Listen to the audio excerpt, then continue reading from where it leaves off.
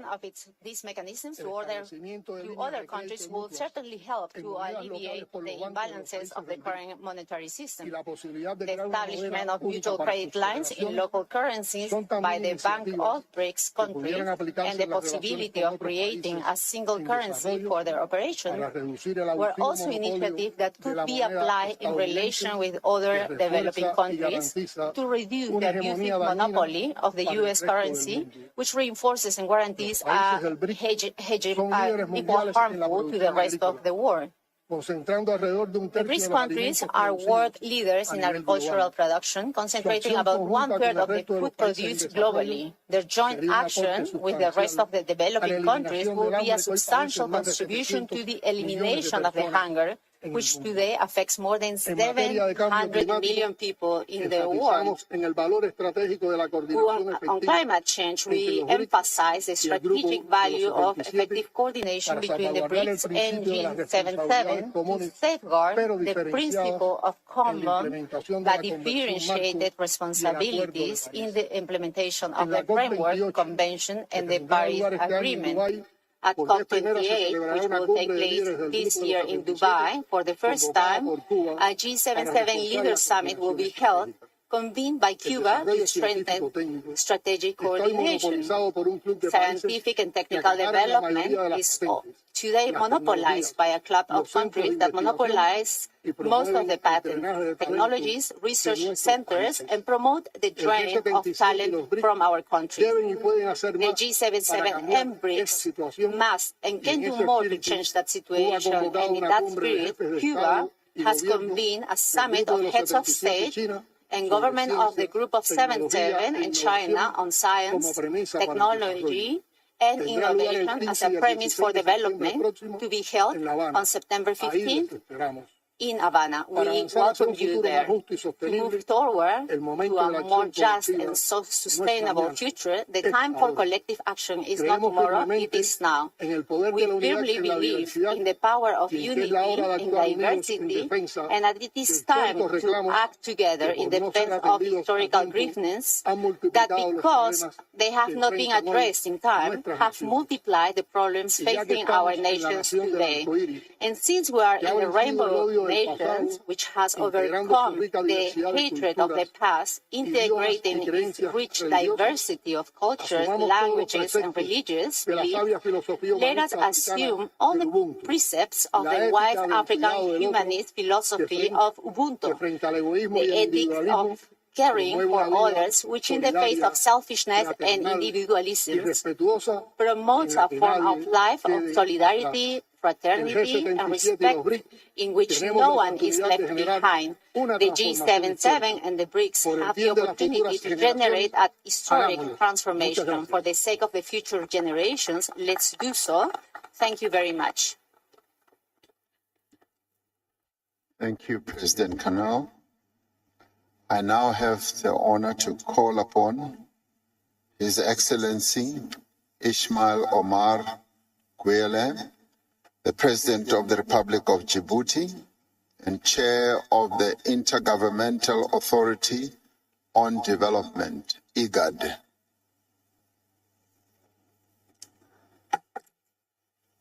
Thank you, Chair. Bismillah ar-Rahman ar-Rahim. So, His Excellency Cyril Ramaphosa, President of the Republic of South Africa, Excellencies, heads of states and governments, distinguished guests, leaders and guests. Firstly, I would like to express my appreciations to His Excellency President Cyril Ramaphosa, the President of the Republic of South Africa, and the people of South Africa for their warm welcome and hospitality during our visit to this beautiful country.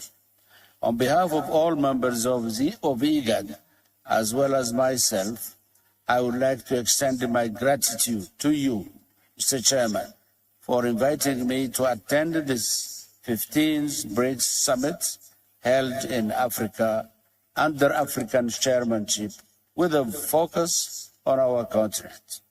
The partnerships between BRICS and Africa goes beyond convenience. It is a strategic imperative. Together, we have the power to reshape the landscape, promote inclusive growth, and eradicate poverty. By joining forces, we can create a world where no nation is left behind, where prosperity is shared equally, and where sustainable development becomes reality. Africa possesses resources, and when combined with the technological capabilities and investment potential of BRICS, it opens up unparalleled opportunities for both regions. By allocating resources to infrastructure, energy, agriculture, and manufacturing sectors, we can generate employment opportunities, enhance productivity, and uplift millions from poverty. This is a moment to seize in order to establish connections, promote trade activities, and enable technology transfer that will ensure Africa's emergence as a global economic powerhouse. Djibouti stands as a committed partner and ally to BRICS nations.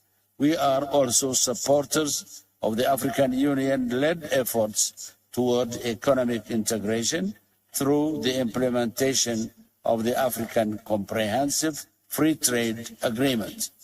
It is a step that places Africa in its rightful position within the global order.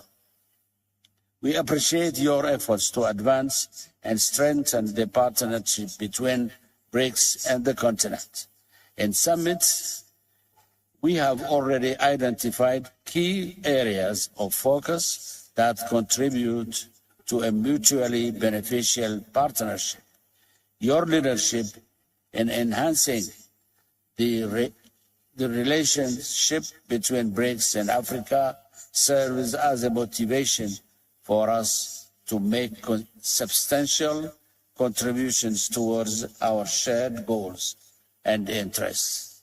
Dear Chairman, I eagerly commend the BRICS partnership for creating a platform that offers an opportunity to diversify expand the global economic landscape. Undoubtedly, BRICS is a force with politically and economically.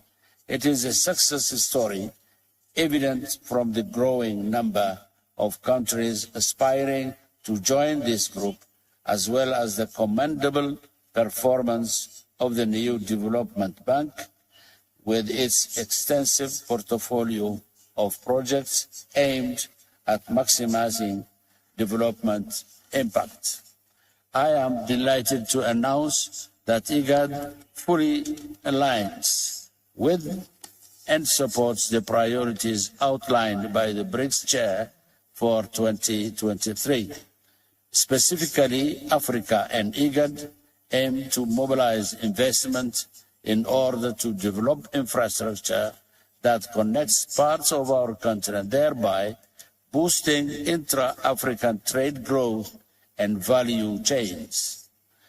Indeed, IGAD takes pride in being one of the fundamental elements of the African continent free trade area. We wholeheartedly welcome the important role that BRICS can play in supporting our collective endeavors as a continent to drive trade, investment, and infrastructure development within the context of this momentous undertaking. As we all know, it is widely understood that economic plans and agendas often falter without sustained commitment and financial backing.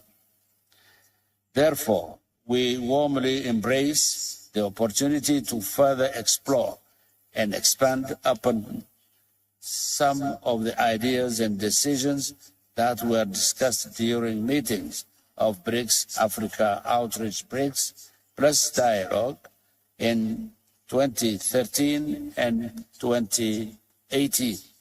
We sincerely hope that the establishment will extend its support to Africa's effort in bridging the enormous infrastructure gap across our continent. According to data from the African Development Bank, Africa requires an annual investment of $170 billion for comprehensive infrastructure improvements. The combination of external shocks that have disrupted progress in many countries, along with high borrowing costs and increasing debt service obligations, has made it challenging for our economies to attract new financial resources. Africa, with its resources, youthful population, and untapped potential, has become a symbol of hope and opportunity. It is a continent that has faced challenges but continues to rise with resilience and determination. Today, Africa finds itself at a turning point where it can unleash its potential and make substantial contributions to the global economy. Mr. Chairman, distinguished guests, at the core of the IGAD mandate is the obligation to strengthen multilateralism. Additionally, one of our principles is enhancing women's participation in peace process. Indeed, it is only last week that we launched the IGAD Women, Peace and Security Forum as part of our own unwavering commitment harness the transformative power of women's contributions to peace building and conflict resolution. Finally, we support the call for reforms to the international architecture and address the ossification of inequalities, gaps, and inefficiencies. We need to relentlessly work together to ensure that the new architecture is reset to be relevant to today's global challenge.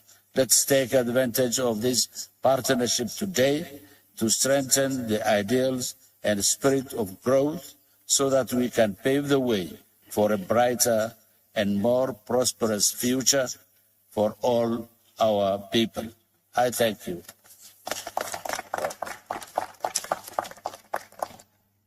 Thank you, President.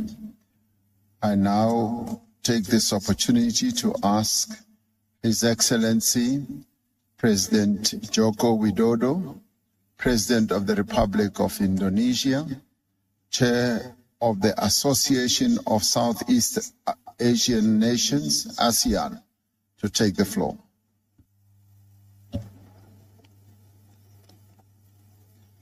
Terima kasih, Presiden Ramaphosa.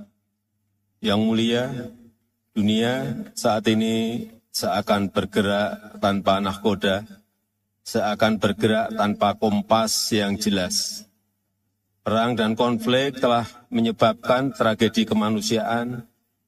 Krisis pangan telah mengakibatkan puluhan juta orang jatuh miskin. Belum lagi ancaman perubahan iklim yang mengintai umat manusia.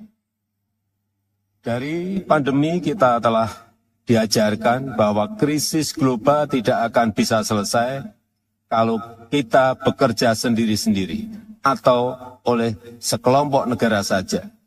Dibutuhkan kolaborasi dan solidaritas bersama untuk mengatasinya. Kehadiran saya hari ini bukan hanya sebagai pemimpin Indonesia, tapi sebagai sesama pemimpin The Global South yang mewakili 85% populasi dunia yang menginginkan win-win formula. Kehadiran saya di sini juga didasari keinginan untuk terus menghidupkan spirit Bandung yang masih sangat relevan sampai saat ini, di mana soliditas, dan kerjasama antar negara berkembang perlu terus diperkuat. Yang mulia, sebelum kita membahas berbagai kerjasama, ada satu hal mendasar yang harus kita sepakati. Semua dari kita harus konsisten menghormati hukum internasional dan hak asasi manusia. Kita semua melihat tatanan ekonomi dunia saat ini sangat tidak adil, gap pembangunan semakin lebar, rakyat miskin dan kelaparan semakin bertambah, dan situasi seperti ini tidak boleh dibiarkan. Negara berkembang harus bersatu untuk memperjuangkan hak-haknya, diskriminasi perdagangan harus kita tolak, hilirisasi industri tidak boleh dihalangi, kita semuanya harus terus menyuarakan kerjasama yang setara dan inklusif. BRICS dapat menjadi bagian terdepan untuk memperjuangkan keadilan pembangunan dan mereformasi tata kelola dunia yang lebih adil. Terima kasih, Ketua.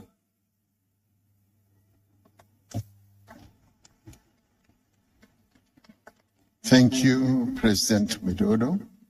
I now call upon Mr. Kasim Jomart Tokayev, President of the Republic of Kazakhstan and the Chair of the Shanghai Cooperation Organization, SCO. Mr. President Cyril Ramaphosa, dear heads of delegations, thank you, Mr. President, for your invitation to this BRICS Plus dialogue.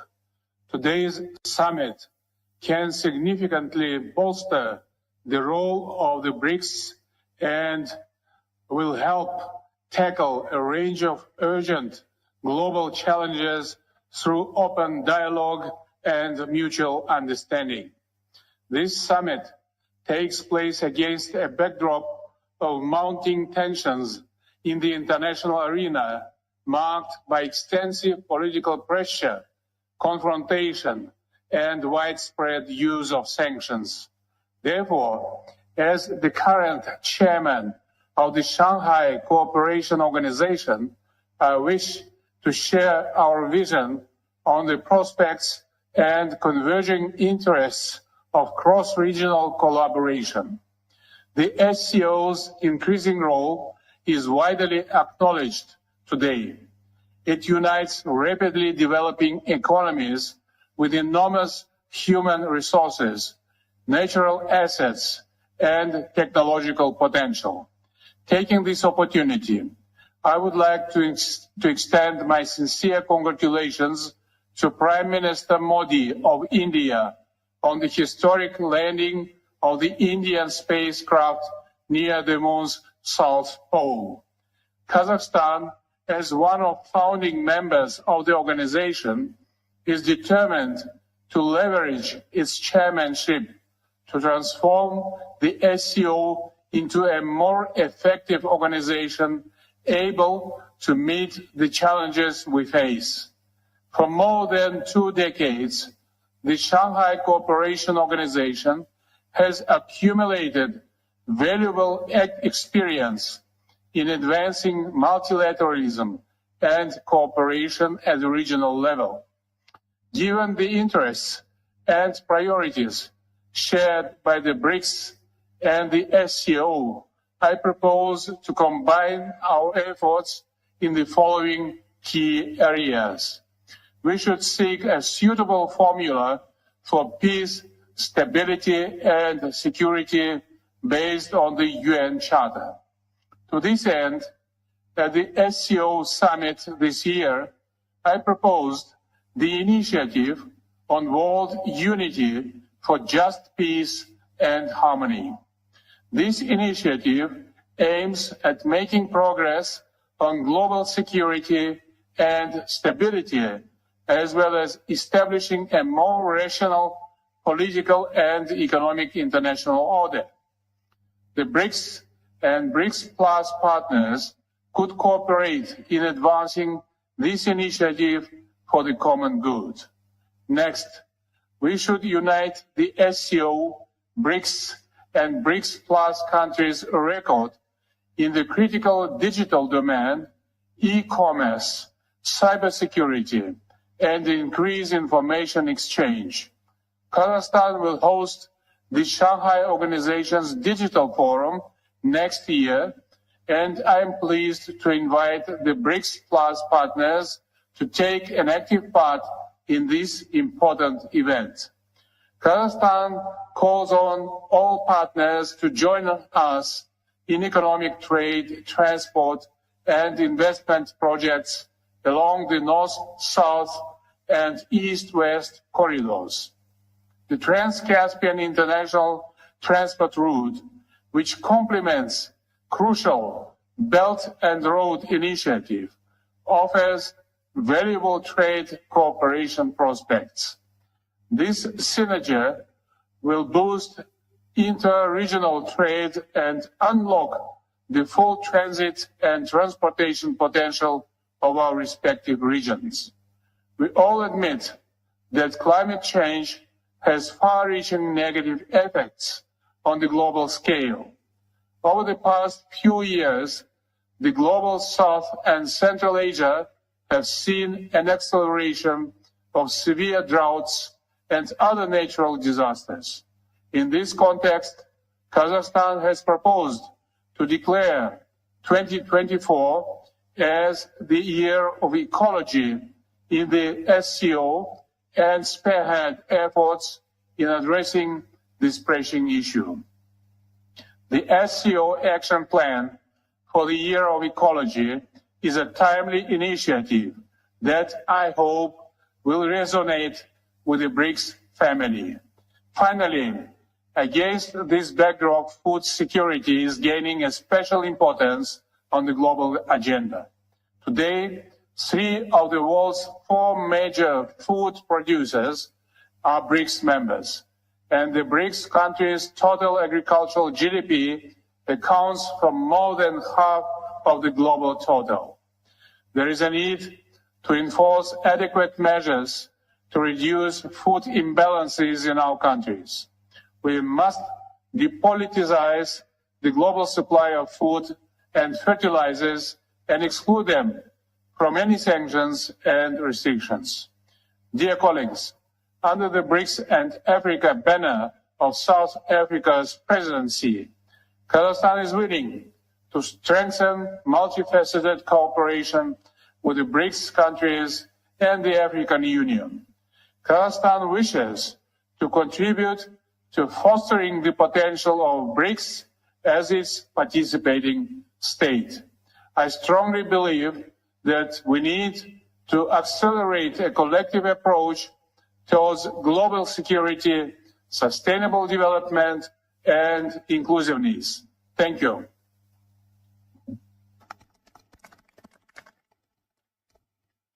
Thank you, President Tokayev. I now call upon His Excellency President Hakainde Hichilema, the President of the Republic of Zambia, Chair of the Common Market for East and Southern African COMESA. Thank you very much, President Ramaphosa. Due recognition to you, other BRICS leaders, excellencies, heads of state and government, and all the dignitaries that are here from all our countries that are present or represented, and other organizations, UN, fully recognized. Thank you. First, let me congratulate President Ramaphosa for hosting this BRICS summit and inviting many of us to the summit. Thank you, President Ramaphosa.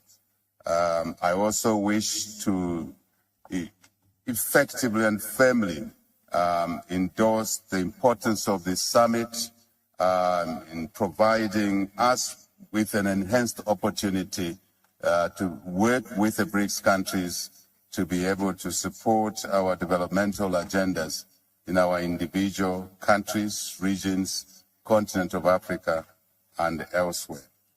Mr. Chairman, we wish to express our appreciation that this forum provides to enhancing our partnership and in fostering development, as I said. And because of the importance of this platform, Mr. Chair, I simply want to express what we believe are critical as Zambia, COMESA countries. We see this as a rare opportunity to address the challenges we've kept on talking about for a long time and on many platforms. One, that we need to reform the global order, in particular to address the inequities associated with critical ingredients to development, such as capital. The cost of capital is what I'm talking about. Africa, as we have already acknowledged, pays a higher cost of capital than any other on the globe. Certainly, the BRICS platform could and should be used to work through, to expedite the reform processes around this issue, which is inhibiting development, which our young populations much need to create opportunities for education, health, business, work, as it were, and other life-improving activities. Secondly, Mr. Chairman, to address access to technology. Access to technology so we can then engage in the genuine and mutually beneficial partnerships which we keep talking about all the time. Partnerships that would deliver value for all our economies, our regions, continent of Africa, as well as obviously contribute positively to world global economic success, which is important because global success, Mr. Chairman, cannot be talked about in isolation. You can't call a global success to be there or delivered when a lot of countries are left behind, yet they are richly endowed with resources. So when we look at these opportunities, we look at the total resource envelopes that we all bring to the table: capital at a fair price, technology, cost at a fair price, but also the resource endowments such as critical minerals that are important to the industry of the future, EV industry, for example. So one of the things, Mr. Chairman, that we would like as Zambia, as COMESA, Africa, to endorse firmly is that as the BRICS nations look to enhance relationships with us in Africa and elsewhere, Asia, elsewhere, South America, the Global South, if I may say, we need to consciously agree that relationships must be structured in a manner that allows enhancement of domestic economic growth of those that are associated with the BRICS, and also using BRICS, Mr. Chairman, as an opportunity to correct the relationships that were structured wrongly with the old order. That old order, which we are now talking about reforming, we now have an opportunity under the BRICS platform to enter in those relationships in a reformed manner. That, for example, ensures that when we exploit resources, we must invest in value addition in the host countries where those resources are located. It benefits the investors, collective basket of investors. It creates opportunities for our young African population, and invariably, Mr. Chairman, delivers an opportunity to stabilize Africa, political, civil stability, which is important. I want to conclude, in the interest of time, Mr. Chairman, to reiterate the fact that we now have an opportunity, once again, the globe has an opportunity once again with the BRICS platform to work together to realize the enormous opportunities within BRICS, Africa, Asia, South America, Global South, let's call it that, that would deliver mutual benefits for all our individual countries and, of course, the continent. No question about that. Mr. Chairman, all of this should happen in the environment of peace, security, and stability, once more, in our individual countries, regions, Africa, continents, elsewhere, and the global community. Thank you very much. Thank you, President. I now call upon Mr. Musa El-Koni, representing the Arab Maghreb Union. Please take the floor.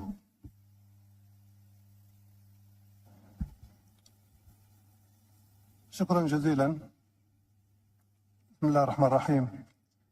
في البداية لدي مجموعة من الكلمات من المستشارين المرافقين لي، لكن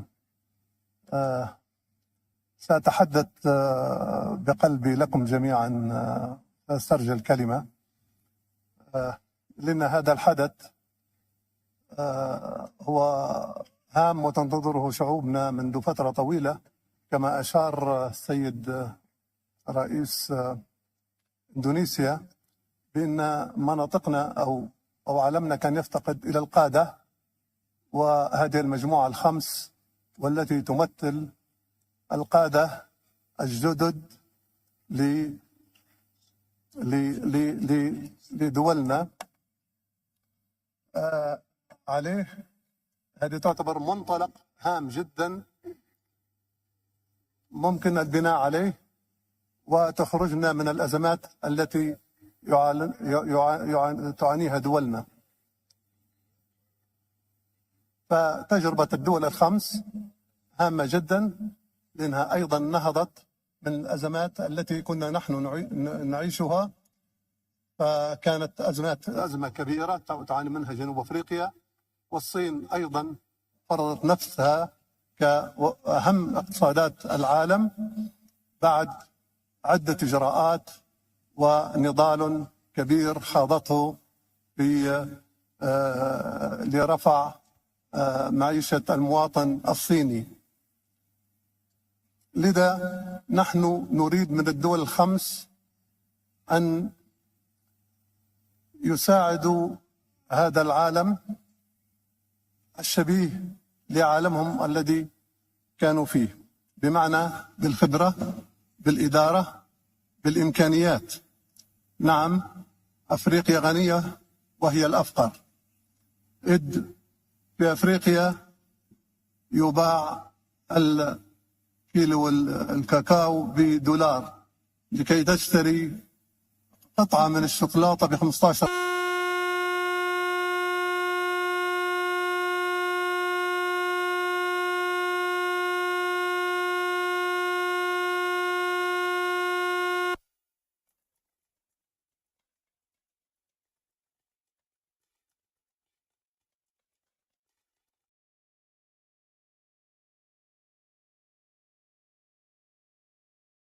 نحن في ليبيا كما تعلمون صبر الشعب الليبي طويلا ثم انتفض، وكما ترون في دول الساحل أيضا الشعوب تنتفض يوميا، وهناك الكثير من الدول لقد يحصل فيها ما حصل في ليبيا أو غيرها.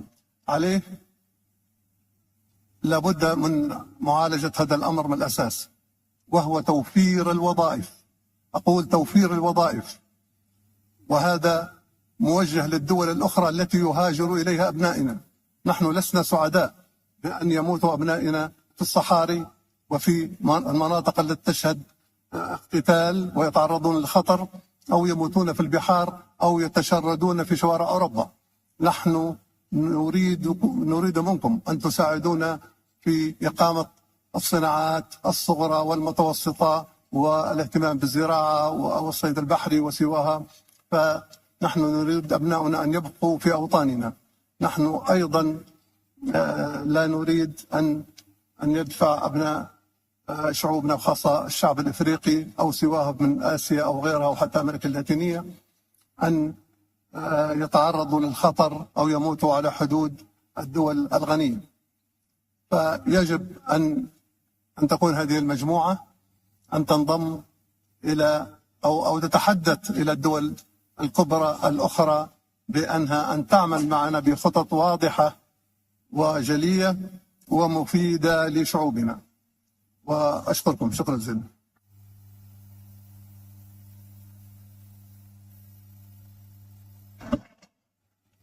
Thank you very much.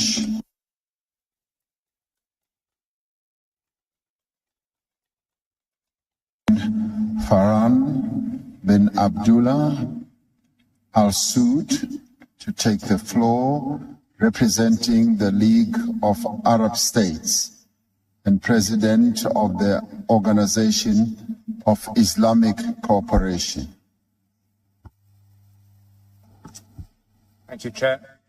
Bismillah ar-Rahman ar-Rahim. والصلاة والسلام على خاتم فخامة الرئيس سيريل رامافوزا. أصحاب الفخامة والمعالي، السلام عليكم ورحمة الله وبركاته. بداية أود أن أنقل لكم تحيات سيدي خادم الحرمين الشريفين وصاحب السمو الملكي ولي العهد رئيس مجلس الوزراء حفظه الله، ونعبر عن تقدير المملكة للجهود المبذولة من قبل فخامة الرئيس سيريل رامافوزا لاستضافة وإنجاح هذه القمم، وعلى ما لقيناه من حسن الضيافة وحفاوة الاستقبال. تثمن المملكة الدور الذي تطلع به دول المجموعة في صحة الاقتصاد العالمي من منطلق ما تتمتع به من مقومات استراتيجية، ونتطلع في المملكة لأن تمهد القمم المشتركة لبحث سبل تعزيز التنسيق والتشاور والعلاقات القائمة على الاحترام المتبادل، وكذلك استكشاف فرص تعميق التعاون في كافة المجالات وخاصة الاقتصادية والمالية والاقتصادية. يأتي ذلك في إطار سعي مملكة الدؤوب للتأكيد على أهمية العمل الجماعي وتفعيل أطر التعاون المتعدد الأطراف لتجاوز التحديات المشتركة وتوفير ظروف الأمن والاستقرار الداعمة لمسارات التنمية والتقدم الاقتصادي. ويعد ذلك التوجه رافدا أساسيا لرؤية المملكة الطموحة 2030، وينعكس على حرصها لممارسة مسؤولياتها تجاه استدامة التعاون الدولي والمحافظة على صحة الاقتصاد العالمي من منطلق دورها الفاعل في المنظمات الإقليمية والدولية وانفتاحها نحو التعاون البناء مع الجميع. تمتلك المملكة الإمكانيات التي تجعل اقتصادها واعدا من حيث المساحة والكثافة السكانية والموقع الجغرافي الذي باستمرار كونه مصدرا آمنا موثوقا لتحمل الطاقة من جميع المحاذية مع تركيز استثماراتها على طاقة التجارة العالمية. كما وفرت المملكة قدراتها المالية وعروضها المؤسسات المالية الدولية ممكنة لمشاريع الطاقة والتعدين والطاقة المجددة والبنية التحتية. إن المملكة تمضي قدما بخطوات واثقة نحو تحقيق الأهداف العالمية للتنمية المستدامة وتعزيز رفاهية الشعوب، امتلاك أدوات فعالة ودور مسؤولا في تحقيق استقرار أسواق الطاقة والاستمرار في كونها مصدرا آمنا موثوقا لإمداد الطاقة من جميع المصادر مع تركيز استثماراتها على الطاقة المتجددة. كما وظفت المملكة قدراتها المالية وعروضها في المؤسسات المالية الدولية وعملت على بناء صناديق سيادية تحوي استثمارات عالمية ذات كفاءة بما يسهم في زيادة تدفقات الاستثمارات ويعزز التبادل الاقتصادي مع الدول. تتمتع المملكة بصداقة قوية وعلاقات تجارية وشراكات استراتيجية مع كافة دول المجموعة، وتعتز المملكة بكونها أكبر شريك تجاري لمجموعة بريكس بمنطقة الشرق الأوسط، بإجمالي التجارة الثنائية مع دول المجموعة تجاوز 160 مليار دولار في عام 2022، الأمر الذي يعكس علاقة متينة مع المجموعة. ونتطلع إلى تطوير هذا التعاون بما يخلق فرص تنموية واقتصادية جديدة ترتقي بعلاقاتنا نحو الطموح المأمول. إن العلاقة الاستراتيجية المتميزة بين المملكة ودول مجموعة بريكس تعززها أطر المبادئ المشتركة، ومن أبرزها الإيمان الراسخ بمبدأ احترام سيادة الدول واستقلالها وعدم التدخل في شؤونها، والتمسك بمبادئ القانون الدولي وتسوية النزاعات بالطرق السلمية، والحرص على صون السلم والأمن الدولي، واتخاذ أفضل الأطر الدبلوماسية متعددة الأطراف من أجل تحقيق التعاون الأمثل والتنمية المشتركة الفعالة. تتضمن أجندة هذه القمم الواعدة العديد من المقترحات القيمة التي تستهدف التعاون من أجل النمو المتسارع والتنمية المستدامة والتعددية الشاملة، مما يصب في مصلحة شعوبنا. لذا تؤكد المملكة على ضرورة مواجهة التحديات التي تعيق تحقيق التنمية المستدامة وتعطل التعاون الدولي من خلال تضافر العمل الجماعي الفعال والشراكات البناءة لمعالجة التحديات المشتركة مثل الفقر والأمن الغذائي وأمن الطاقة والتغيير المناخي وغيرها، مع الأخذ باعتبار بأن الدول النامية تتأثر أكثر من غيرها عندما يتراجع التعاون الدولي ويتصاعد التنافس ويقل الاستقرار. ختاما، نتطلع أن تمهد هذه القمم لشراكة أكثر فاعلية وتنوعا بين دولنا، وأن تسهم جهودنا في توسيع مجالات التعاون بما يعظم مصالحنا المشتركة ويعزز السلم والتعاون الدولي. والسلام عليكم ورحمة الله وبركاته.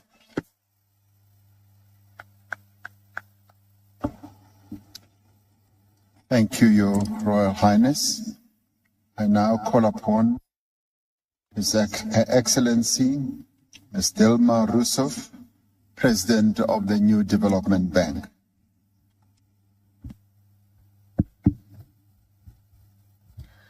Senhoras e senhores, gostaria de expressar a minha sincera gratidão ao excelentíssimo senhor Cyril Ramaphosa, presidente da África do Sul, anfitrião da cúpula dos BRICS, pelo convite. Quero saudar o excelentíssimo senhor Luiz Inácio Lula da Silva, presidente da República Federativa do Brasil. O excelentíssimo senhor Sergei Lavrov, ministro de Estado das Relações Exteriores da Federação Russa, em nome de quem cumprimento o senhor Vladimir Putin, presidente da Federação Russa. O excelentíssimo senhor Narendra Modi, primeiro-ministro da República da Índia, e o senhor Xi Jinping, presidente da República Popular da China. Cumprimento os novos integrantes do Banco NDB, a primeira-ministra da República Popular de Bangladesh, Sua Excelência Sheikh Hasina, o presidente dos Emirados Árabes Unidos, Sua Excelência Bin Zayed Al Nahyan, o primeiro-ministro da República Árabe do Egito, Sua Excelência Mustafa Madbouli. Cumprimento também todos os novos integrantes dos países BRICS, a Argentina, a República Árabe do Egito, a Etiópia, a República Islâmica do Irã, a Arábia Saudita e os Emirados Árabes Unidos. Ao saudar Sua Excelência, o senhor Antônio Guterres, secretário-geral da ONU, cumprimento os dignatários e líderes de organizações internacionais, ilustres participantes, funcionários governamentais dos países presentes, representantes de países africanos, acadêmicos, parceiros de desenvolvimento e membros da imprensa e dos meios de comunicação.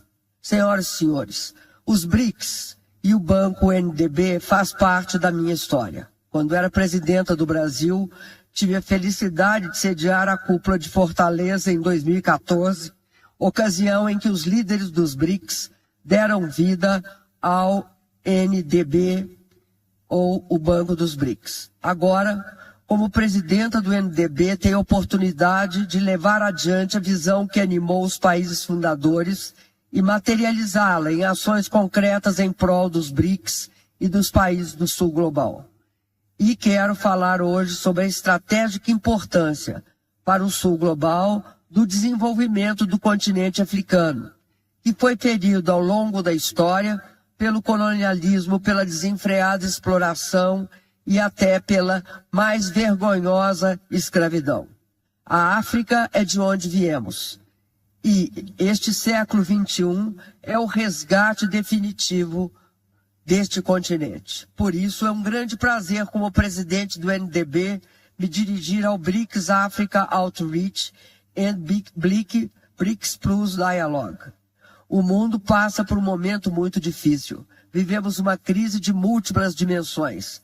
A combinação de grave crise climática, aumento brutal da desigualdade, baixo crescimento, protecionismo com fratura das cadeias globais de valor, conflitos geopolíticos e sanções desenfreadas. Tudo isso levando ao protecionismo e à fragmentação geopolítica. A insegurança e a instabilidade passaram a ser a regra e não a exceção, criando enormes dificuldades, mas também criando um momento de grande oportunidade para o desenvolvimento do Sul Global, se soubermos enfrentar os desafios. Nesse contexto, os BRICS se tornam ainda mais relevantes, uma oportunidade de modificar esse panorama. Os BRICS, os países BRICS, fazem a diferença, representam mais de 46% agora da população mundial e cerca de 35% do PIB. Em termos de paridade de poder de compra, estima-se que as economias do BRICS sejam coletivamente maiores do que a economia agregada dos países do G7. A expansão dos BRICS é uma força do Sul Global que jamais poderá ser ignorada. Nesse sentido, as relações econômicas, sociais e culturais entre os países dos BRICS, o Sul Global e especificamente agora o continente africano, tem uma base histórica profunda. A África, como já disse, é o berço da humanidade. E também uma parte fundamental da solução para o nosso futuro. O advento dos BRICS e o crescente aumento do protagonismo da África como ator global suscita a esperança de novas possibilidades ao desenvolvimento do continente e do mundo. Os BRICS e os países africanos compartilham uma visão comum de uma comunidade global, dinâmica, inclusiva e sustentável. A legítima busca dos países africanos por agregar valor às suas riquezas vai gerar o advento dos BRICS e o crescente aumento do protagonismo da África como ator global que canaliza os recursos necessários para explorar a infraestrutura física e digital, viabiliza a ampliação da educação, apoia o empreendedorismo. O Banco NDB, chamado também Banco dos BRICS, é parte fundamental dessa solução. Nessa empreitada, este grupo constitui um elemento estratégico que pode ampliar os resultados positivos que vêm se produzindo. Nos últimos anos, por exemplo, os BRICS expandiram seu envolvimento econômico na África. Em 2010, a parcela dos BRICS no estoque de investimento estrangeiro direto no continente africano era de 4,9% do total mundial. Em 2021, chegou a 8,8%. E deve e pode subir muito mais. Quanto ao comércio internacional, entre 2010 e 2022, a compra e venda de mercadoria entre os países dos BRICS e a África aumentou de 280 bilhões de dólares para 473 bilhões de dólares. Os BRICS são bons parceiros comerciais da África e têm muito espaço e oportunidades para avançar. Sabemos que, apesar desses resultados alcançados, não são poucos os desafios a superar. Um deles está relacionado, como já disse, à expansão dos mecanismos de financiamento, notadamente utilizando as moedas locais e outros instrumentos financeiros que eventualmente possam ser criados, de forma a constituir um novo sistema financeiro mais multilateral e inclusivo. Outro aspecto é permitir cada vez mais que projetos conjuntos entre vários países possam ser realizados, como é o caso dos projetos de infraestrutura de caráter interregional. Aqui, no continente africano, por exemplo, temos o maior potencial hidrelétrico não aproveitado do planeta. Trata-se da bacia hidrográfica do complexo de Inga, que pode garantir energia renovável, contínua, de base segura e módica. Este aproveitamento é 3 vezes o aproveitamento de Itaipu no Brasil e 2 vezes o de Três Gargantas na China, que são os 2 maiores do mundo até agora. Inga é capaz de servir de lastro energético a todo um continente, porque é 2 vezes, como eu disse, Três Gargantas e 3 vezes Itaipu. Vale destacar ainda que o Sul Global precisa buscar agregar valor às suas riquezas e ao seu manancial de sustentabilidade. E, nesse sentido, é hora também de buscarmos uma reindustrialização com novas características. Torna-se evidente a necessidade de estabelecer, portanto, um novo modelo de financiamento que promova esses projetos renováveis, eficientes e que tenham conexão com o desenvolvimento das pessoas e também dos países. Isso permitirá acelerar o rumo da integração regional, além de aprofundar as parcerias do Sul Global. As plataformas multilaterais, como o Banco Asiático de Investimento em Infraestrutura, o Banco Africano de Desenvolvimento, o Banco Islâmico de Desenvolvimento e o NDB, por exemplo, são estratégicas na busca de um reequilíbrio mais justo e inclusivo da ordem financeira internacional. O MDB é o primeiro banco de desenvolvimento criado por e para economias emergentes. As prioridades do NDB estão alinhadas com a Agenda 2063 da União Africana. O NDB apoia projetos que reduzam as desigualdades sociais e de gêneros, garantam acesso ao serviço de saúde, educação e moradia e contribuam para melhorar os padrões de vida das grandes comunidades de pessoas excluídas que ainda existem nos países do sul global, na África, na Ásia e na minha América Latina. Mais uma vez, quero dizer, sinto-me profundamente honrada por ser presidenta do novo Banco de Desenvolvimento e por estar aqui na África. Estamos juntos para trabalhar pela redução das desigualdades, a geração de empregos, o crescimento econômico dos países membros. E nós sabemos que desenvolvimento só tem sentido se for sustentável e inclusivo. O NDB tem o potencial de ser um líder no financiamento de projetos que abordam os desafios mais urgentes dos países do sul global aqui, hoje, em especial no continente africano. Estou confiante de que juntos podemos realizar esta visão e esta missão. Muito obrigado. Thank you very much. We now move forward to a statement by the Vice President of the African Development Bank, Mr. Solomon Kino, who will take the floor. Thank you very much, Your Excellencies, leaders of the BRICS nations, Your Excellencies, leaders from across Africa, Your Excellencies, leaders of the Global South, all other dignitaries. I'm here representing President Akinwumi Adesina, President of the African Development Bank Group, who unfortunately could not attend in person because of extenuating circumstances. So I will therefore read the following statement on his behalf.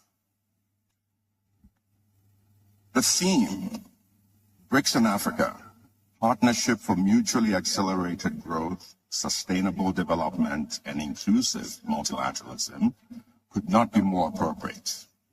In a world that is moving and changing at hyperspeed, growth and development require the proverbial village working in tandem.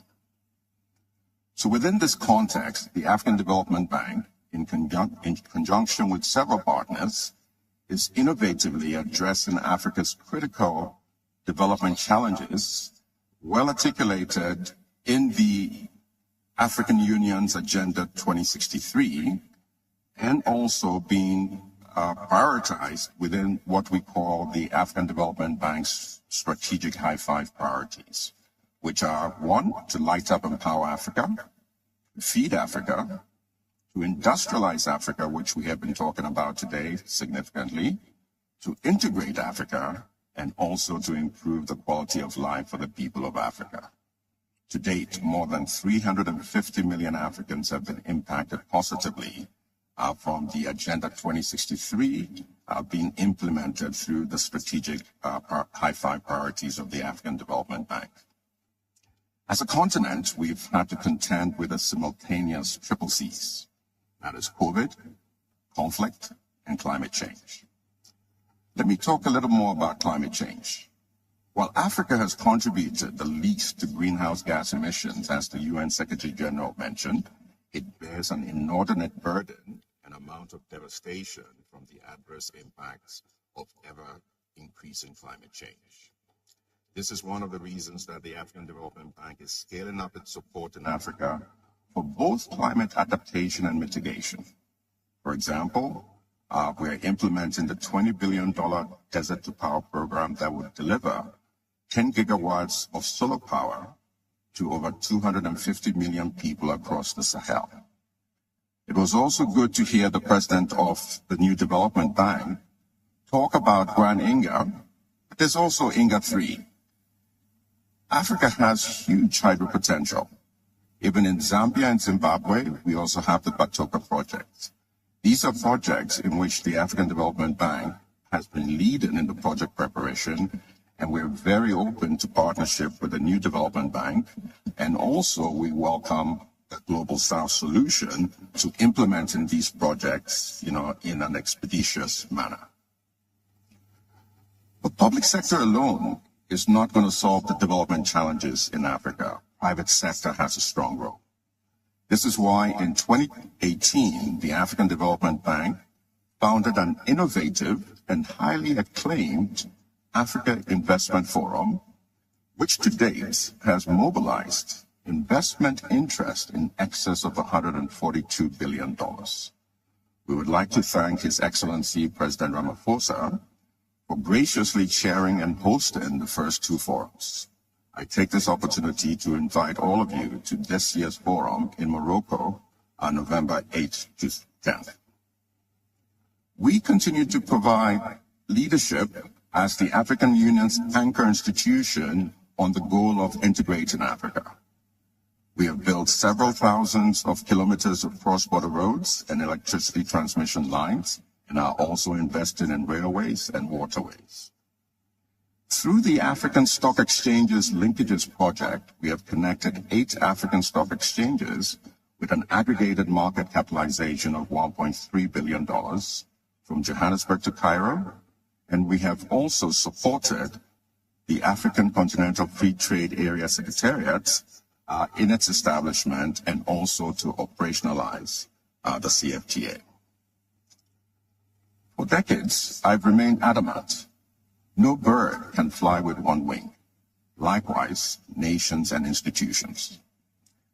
To address inequitable growth head-on, our affirmative finance action for women in Africa, popularly called AFAWA, has deployed over $1.1 billion of financing to women-owned businesses. And we have also started rolling out the innovative youth entrepreneurship investment banks to provide opportunities for youth entrepreneurs, given the youth democratic and demographic dividend that we have in Africa. As we scale up our development support efforts, it's important that reforms of the global financial architecture are also implemented, which we've heard from the UN Secretary General and also the President of the New Development Bank.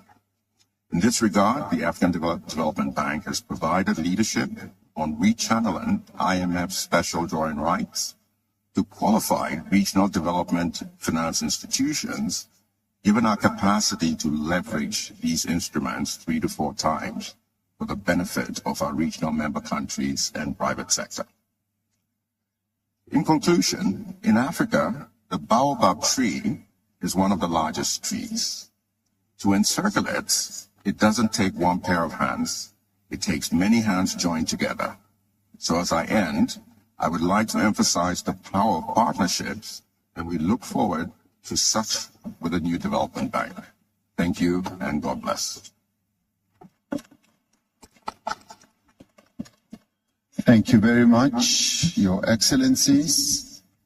It is now time for us to have a luncheon where we will listen to Her Excellency, President of the United Republic of Tanzania, and Her Excellency, the Prime Minister of Bangladesh, Sheikh Hasina,